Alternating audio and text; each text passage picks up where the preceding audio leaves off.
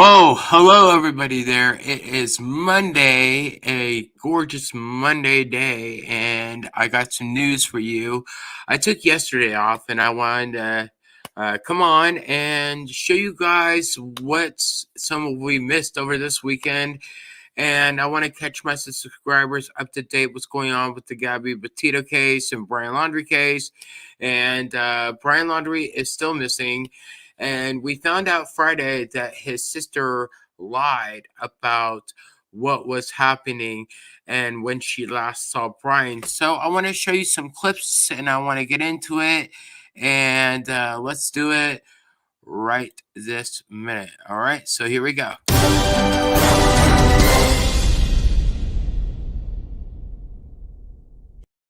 So welcome everybody, and I'm glad that you guys have showed up who is watching out there, and glad to see you all. And basically, definitely, I want to show you guys what is happening inside of the media right now for those who missed it and want to catch up with the Brian Laundrie case a little bit and the Gabby Petito case and stuff. And let me show you guys what's happening and what you guys missed on Friday.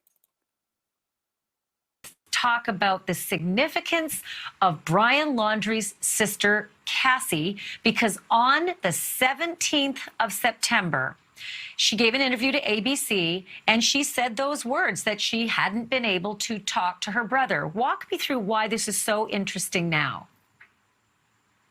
So first of all, Ashley, I want to say that we have all been trying to talk to Cassie Laundrie. We all tried to interview her. The only person she talked to was ABC News. And when she did that interview last month, she said that she hadn't talked to her brother. And ABC News reported she had not talked to her brother since he returned to Florida without Gabby. So that was what we were sort of under the assumption of for the last several weeks. Well, now we have learned from the Laundrie family attorney, Mr. Bertolino. According to him, he says that that is not the case, that Cassie has actually seen her brother 2 times. The first time on September 1st, when the attorney says that Brian... So remember when in that interview at the beginning when she said basically she hadn't seen Brian at all whatsoever, even though she was saying, yeah, I haven't seen Brian. And now it's coming out that she has seen Brian. Brian went to Cassie's house and met with her. And the second time is September 6th, when Mr. Bertolino says Cassie was at that campground where Brian and his parents were, Fort DeSoto, where the entire family was having a camp out. All right, so in that light, Brian, I want to play that really significant piece of Cassie's interview. Here's the rub. I can't find anywhere online. All of our producers have looked everywhere online through ABC's websites for the actual transcript and the actual raw interview. There are pieces and snippets, and I'm going to play you the snippet. There is no question from the reporter included, so I can't give you that. But here is the reporter who asked questions of Cassie Laundrie on the 17th of September.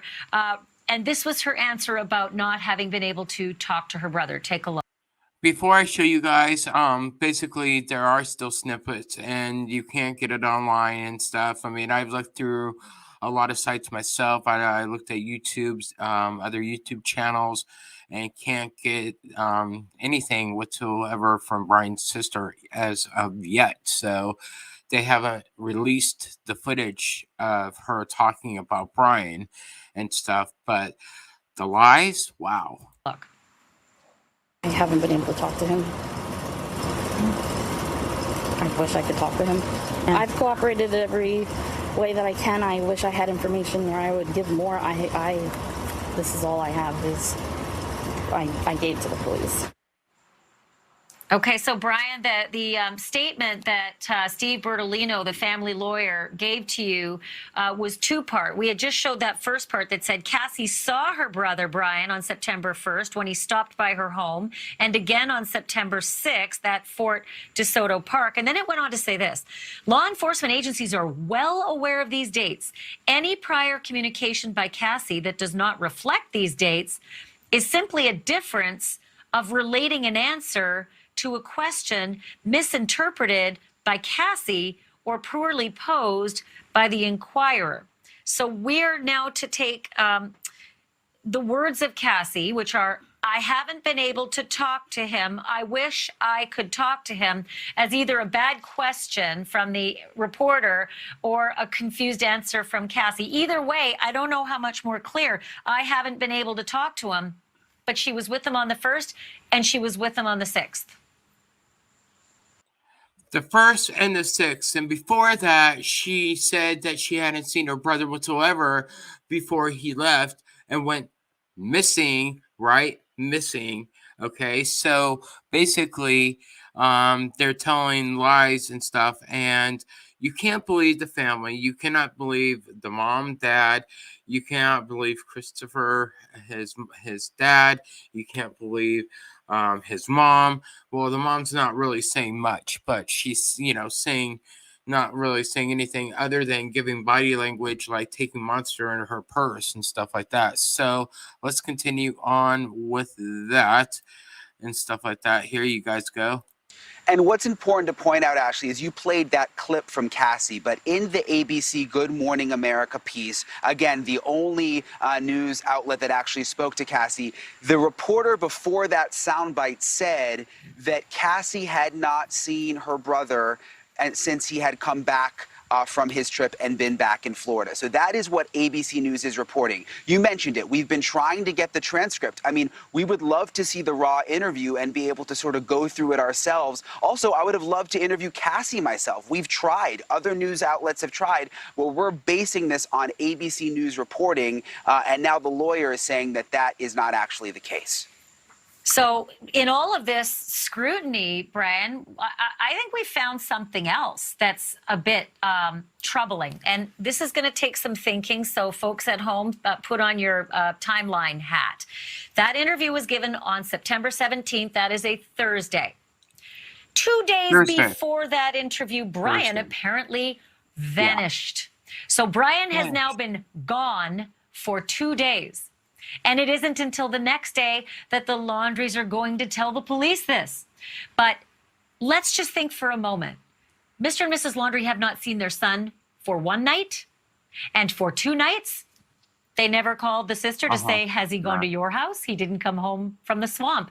Now, with that as the context, I want to play this next piece of that interview because, and I'm going to have to read the question for you, because otherwise it's a little hard to hear it from the reporter. But the reporter said, and when you just heard the news that in general that she's missing and that your brother is back here, and Cassie answers. So now let's watch that clip. And remember, her brother has been missing for 2 days, okay? That's when this interview is being taken. Take a look. And when you just heard the news, just in general, like that she's missing and that your brother's back here, I don't understand as much as everybody else. I'm learning everything from the news too.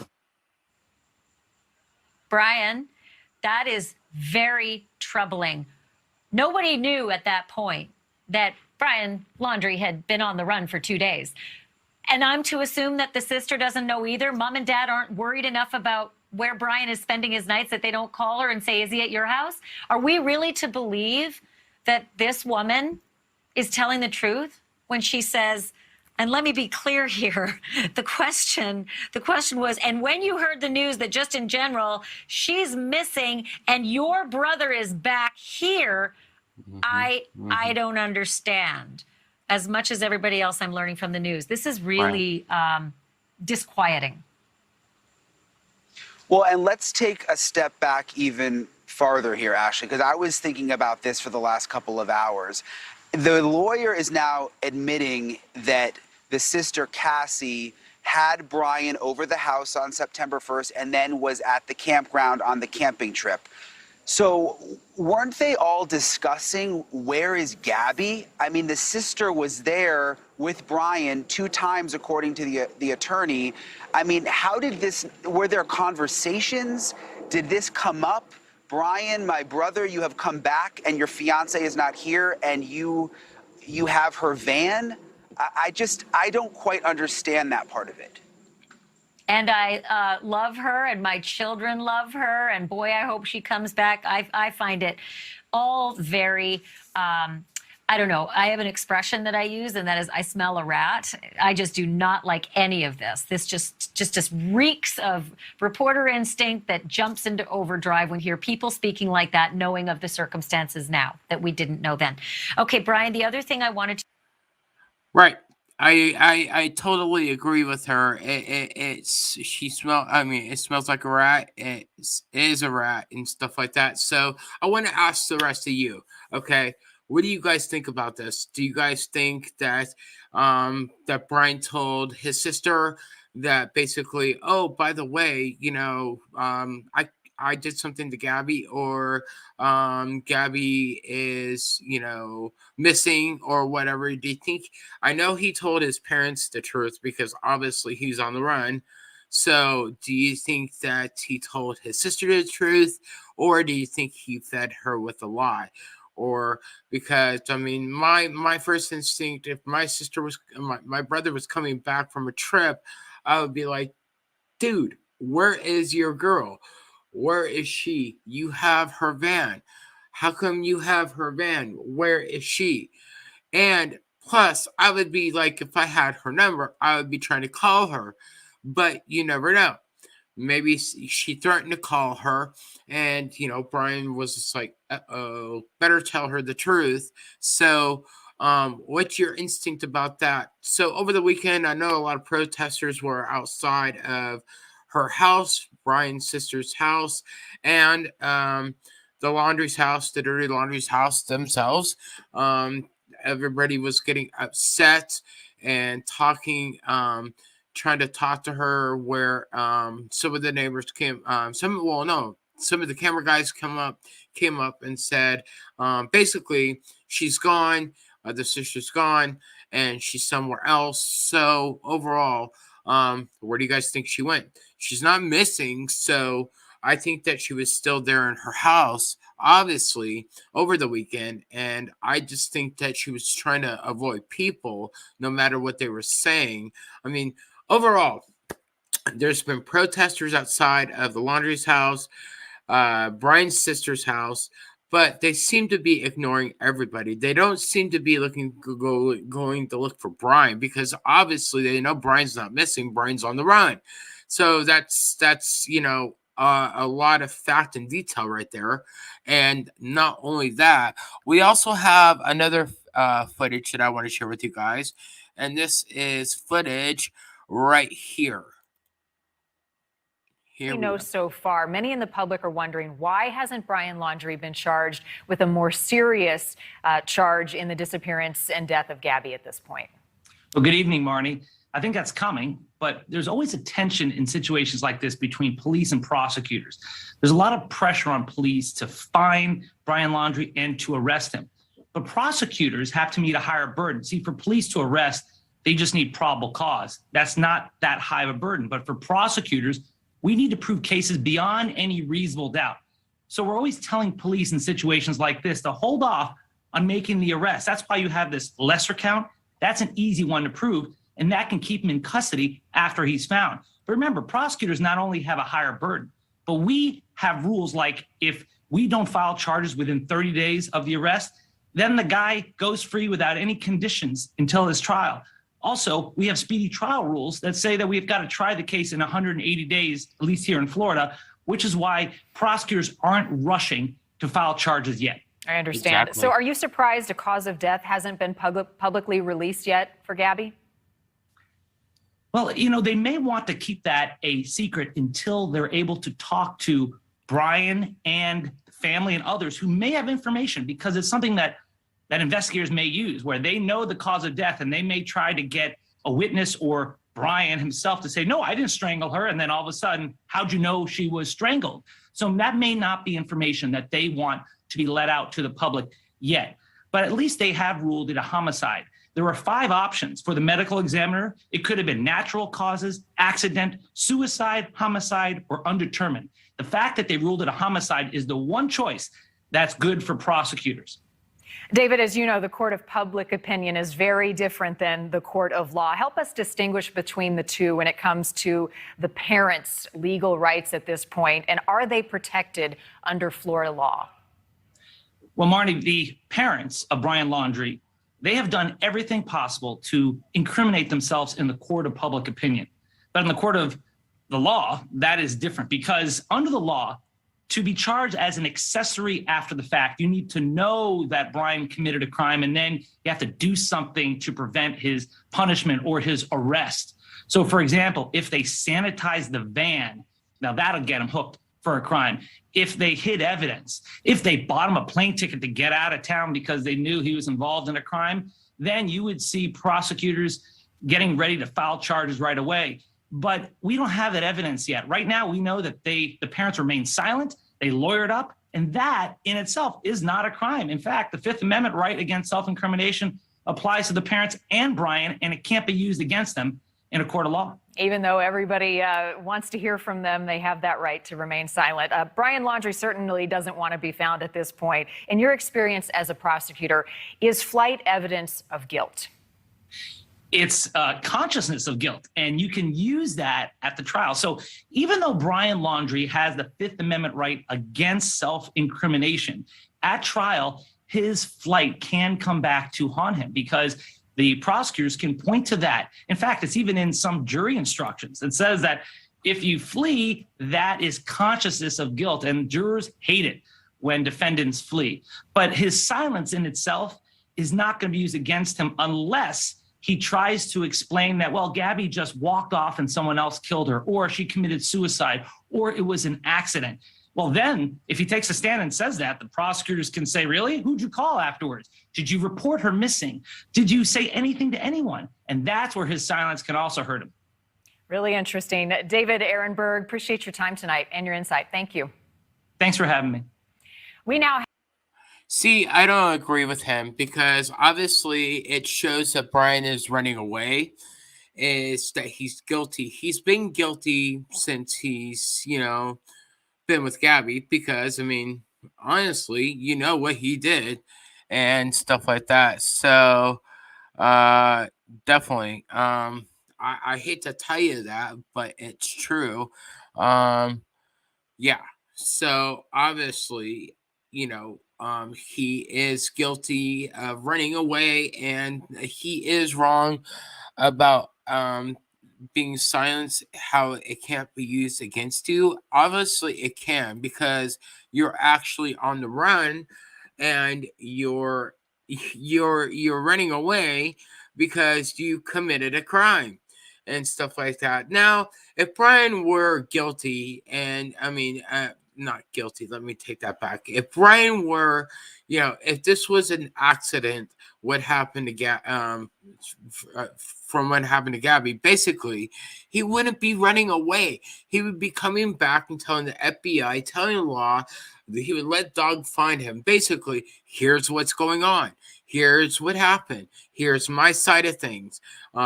Maybe she slipped on a rock, but he's not. So that makes him look more guilty. And I think he is guilty because obviously you heard from friends, you heard from other people from that knew Brian and Gabby that basically, he was a bad person that really wanted her to himself.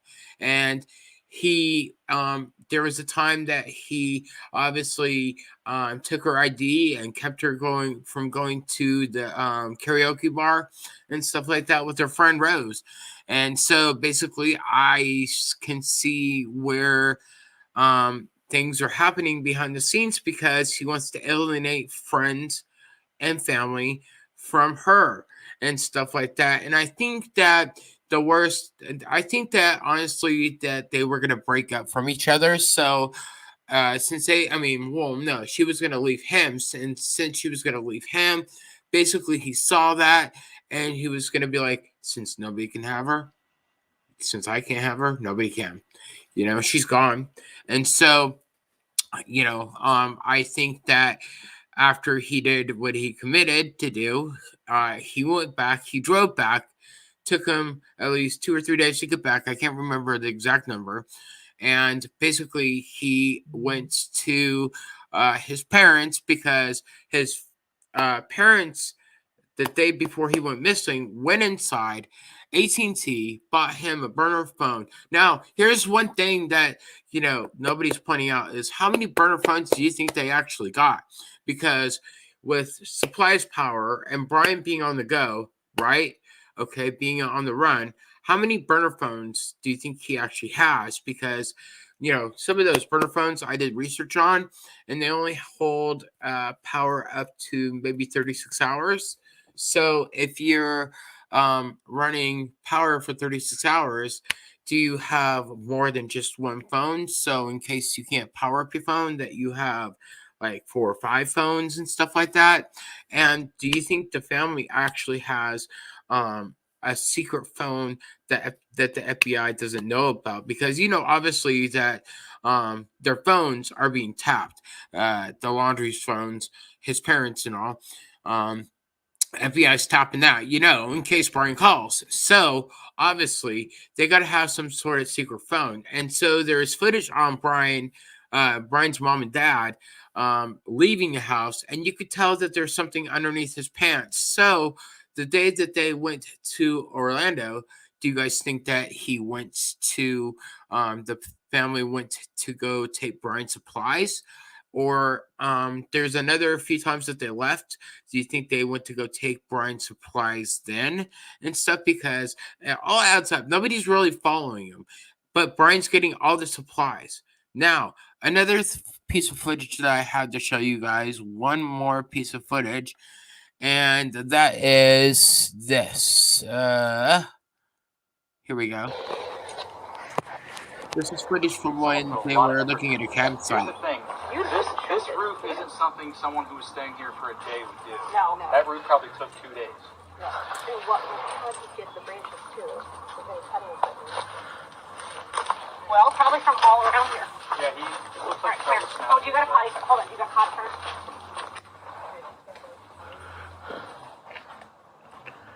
And it does look like this has probably been disturbed. It probably was mixed up. Oh, yeah, I was right there. Sorry. No, you're fine. Oh, feel better now? Don't scoop, don't scoop, don't scoop. Not good. Okay, but I'm trying to go in the water. Really.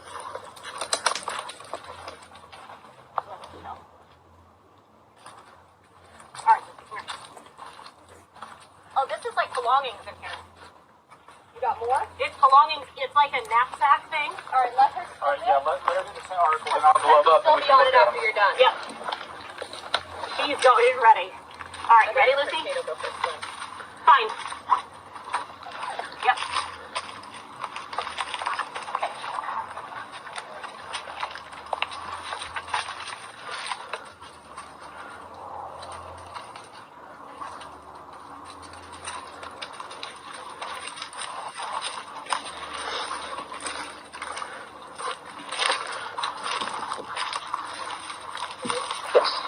Feel free to take pictures like they said, but let's just try to stay exactly where we are until the search is done. Any car traffic, these dogs seem to be well trained from what I've experienced. Okay. Catering bottle.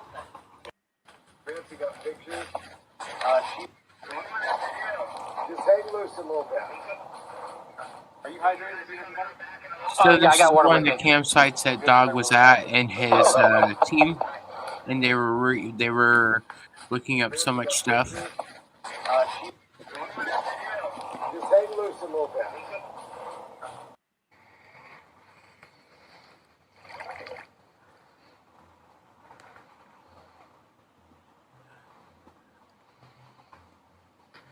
That's one of the creeks that they were at, and those creeks can get pretty dangerous at night. During the day too, there's a gator in there, but Brian's a survivor and he knows how to deal. I mean, he's pretty smart. It's both stupid and smart because he's obviously avoiding the FBI, and the FBI is missing him.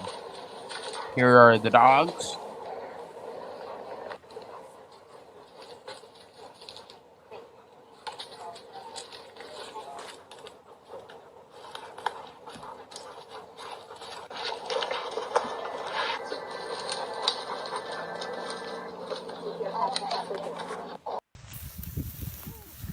There's Dog and his team, like looking around with the dogs. Dog said in an interview, which I'll show later, those dogs can really bite and bite hard and sniff things out pretty good. They're really good and really trained. Point is, if they know Gabby is out there decomposing, their son comes all the way across the country undetected, never reports a thing. Of course they're going to go camping because they're paranoid. They're probably convinced they're being listened in on, and by now they probably are, Dr. Jory. Yeah, I think by now, when that camping trip started, that was to get out and either initiate a plan to get him gone, because definitely he disappeared after that point. And I could see, I'm familiar with DeSoto Park down there in that part of Florida, and right there with the waterfront, it'd be easy to get to a boat in the bay and then come out of Tampa Bay and get right into the Gulf and go anywhere from there. So what do you think, Cheryl McCollum? Do you think they were hatching a getaway spot from right there? Because it's my understanding, Michael Honey, Ruiz, there ain't no doubt in my mind. Of course. Michael Ruiz, didn't they go there twice? Mama. Now, I have to ask you, do you think they were where do you think, Brian, they put a getaway spot at for Brian? Do you think it was basically in one of the parks? Do you think it was somewhere clever that the FBI is not searching? Do you think that it's in some sort of underground bunker? You never know. Some of these places may have underground bunkers as well and stuff. And so basically, nobody knows if they have underground bunkers. Some people do, some people don't. You never know. Brian could be underground, absolutely. So, yeah, let's continue. Michael, I think they went to, like you said, huddle up, be together, be without any distractions. Nobody's coming to the door because, again, they're paranoid. They don't know when law enforcement's coming with a warrant. They think it's coming any day. So they're hiding. So they're not going to be able to know where they are in that moment. So they can just have all this time to plot, scheme, and plan. There's no question. From the minute he returned on the 1st to the 7th, they're planning. And then he goes on the hiking trip where they give him a 4-day head start. And let me say one thing about Mexico. If he was headed to Mexico, why would he drive all the way across the state of Texas and never take a hard right and go there?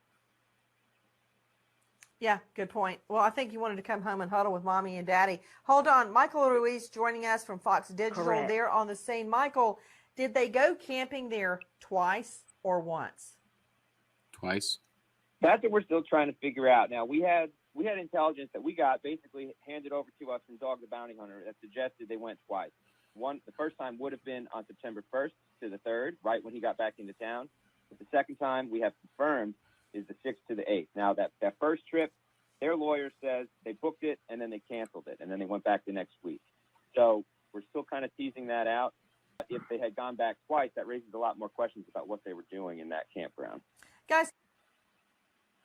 Now, to be honest with you guys, to totally be honest with you guys, I think that they went the first time because they wanted to kind of feel out the park and see what was around there, kind of search for an escape way for Brian and to see who was working there. And then they went back again. And since they went back again, it's Brian's, the report is just that Brian's mom canceled that date, but I don't think she canceled that date. I still think they went, and they basically were searching for ways for Brian to go. I think they had to plan this pretty fast when Brian came back, from Wyoming and stuff, making that drive from Wyoming all the way back to there to his parents. So during that, they were thinking of ways.